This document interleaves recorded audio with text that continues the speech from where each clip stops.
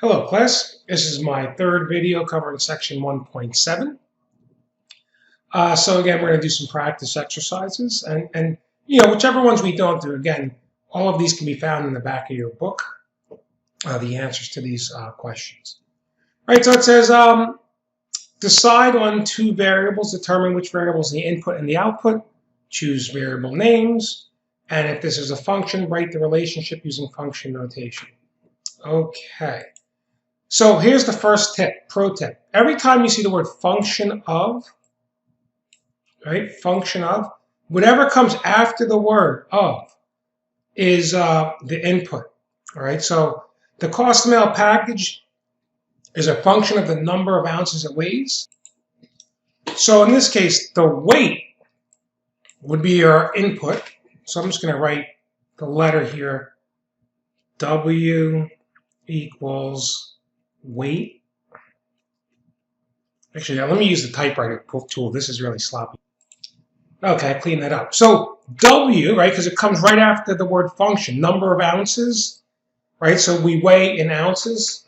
So the more ounces or the greater the weight, the greater the cost, right? And it says the cost is 20 cents per ounce, right? So the cost would be my output, the weight would be my input. And if I had to write this using function notation, I might write something, right? So f of x equals 20 cents times x, right? So my cost would depend on how many ounces I'm actually going to mail, right? So again, this is a function. This is the function rule. Variable names would be weight and cost. The variables we use is w and c, and my input's the weight, my output's the cost. Okay.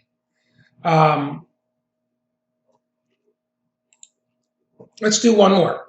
The cost of making copies is a function of the number of copies you're making, right? So the more copies you make, the greater your cost. That seems like that would make sense. So let's define our variables and the input and the output. And again, I'm going to use my typewriter tool to do so. Right, so you can see what I did here. I put n, right? Remember, whatever comes after function of, in this case, number of copies. So my input is the number of copies. My output will be the cost. And if it's 10 cents per copy, I can write an equation that looks like this. Right? The cost is equal to 10 cents times the number of copies. So if x is 5, that would be 5 copies times 10 cents would be 50 cents. If x was 10 copies at 10 cents a piece is $1, so my cost would be at $1. Okay?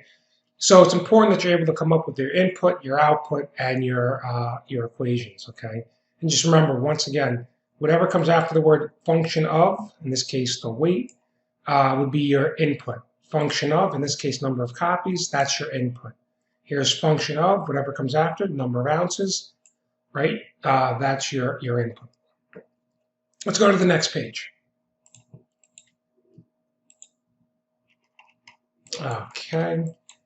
So it says, all right, using function notations. If you look at example 4 and 5, we basically have the same question twice. Right here we're given x squared minus 12x plus 1, and we're asked to solve that knowing that x is equal to 5. So you see what we did? We replaced x with negative 5, right? And we solve, and we end up with 86. In function notation, we wrote f of x is equal to x squared minus 12x plus 1. So now when they're saying find f of negative 5, you still replace the x with negative 5, just like what we did here, right? We replaced the x with negative 5. And when you solve this, you still end up with 86, right? So whether you write y equals or f of x equals or evaluate, given a value for the variable, you're simply replacing x with the negative 5, right? You're replacing the x with the negative 5. All right, let's keep going here. Practice exercises. All right, so look at, again, you can find the answers to these in the back of your book. Let's just do one together. All right, so for number 8, if I wanted to solve this, I see x equals x minus 4. All right, so f of x equals x minus 4. So f of 4 would be equal to, instead of writing x minus 4, I'm going to replace the value of x with the 4. So 4 minus 4 is 0, right? So f of 4 equals 0, right? And that's what they're asking us to do, right? Find f of 4. Let's try another one. Number 10 we'll look at. All right, so they're giving us f of x equals all of this. So find f of 2. That just means replace x with 2. So instead of negative x squared, you see how I just wrote open parentheses? Oops. My handwriting's falling apart quickly. All right, here we go. Let's try one more time. There we go. So negative x squared minus 12x. So again, anytime I see an x, I replace it with parentheses, plus 1. And then I just simply drop this 2 into my parentheses.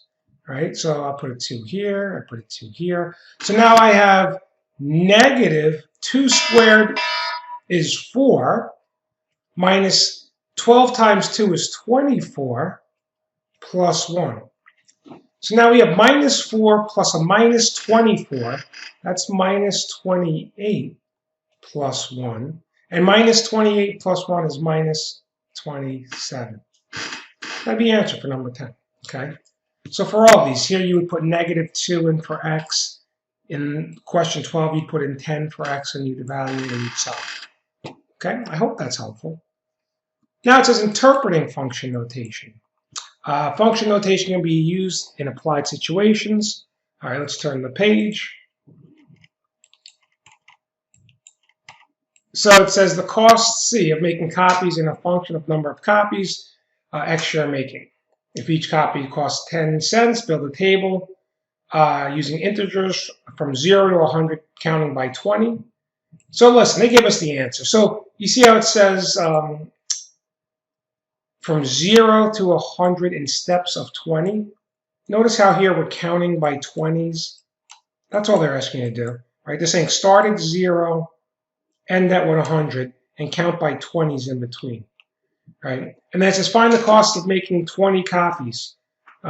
So once we complete this table, right, you're going to plug in 0 for x, right? So 10 cents times 0 gives me 0. Then you plug in 20 for x. Then you plug in 40 for x, 80 for x, 100 for x, right? You're plugging in all of these values for x using this equation, and then you're writing your answer in this column. So I can quickly see 20 copies will cost $2, okay? 40 copies would cost $4, and so on, okay? If you spend $8, how many copies did you make? So I go down to 8. The answer would be 80 copies, right? So let's just write these in. 80 copies. And up here, the cost to make 20 copies was $2. Okay, let's keep moving.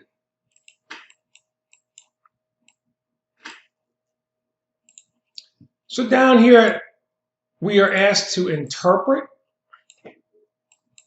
So it looks like we have number of credits and T for tuition. So it looks like if you take 12 credits, your tuition is $5,400. And for number 14, if you take 15 credits, your tuition is $6,750. Let me type that using my typewriter. So I've filled that in, right? If we take 12 credits, our tuition will be $5,400.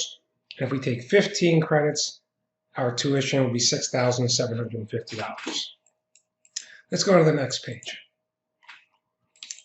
All right, so for exercise 15, they want you to essentially complete the tables and then make graphs. I would like you to do that on your own and then check your answers in the back of the book. Just to help, you're going to take this -4 and put it into x squared and then write your answer here. Then you're going to put in -2 and then solve. Write your answer here. Then you take the -1 and put it into x, and you do that all the way through, right? For this second problem, you would put the 1 in for x and then write your answer here. You'd put the 2 in for x, write your answer here. then put the 5 in, and so on. Okay? Again, the answers are in the back, so check your table at the back. If there's problems, let me know. We'll work it out during a Zoom session. And then once you have these tables, you can answer these questions down here. Okay? And I just want to mention before I go, as always, the summary, the solutions here are found in the back of the book. I'd be happy to work through these with you. If you have questions, just let me know and we'll set up a Zoom session. Thank you for watching.